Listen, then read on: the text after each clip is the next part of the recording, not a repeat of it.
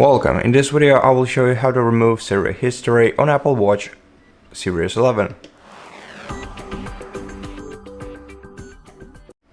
Press the digital crown once to open the app library, then scroll down to Settings and open them.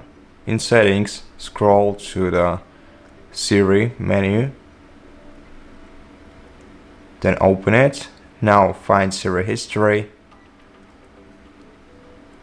Open this menu, select Delete Siri History, then scroll down and confirm your choice.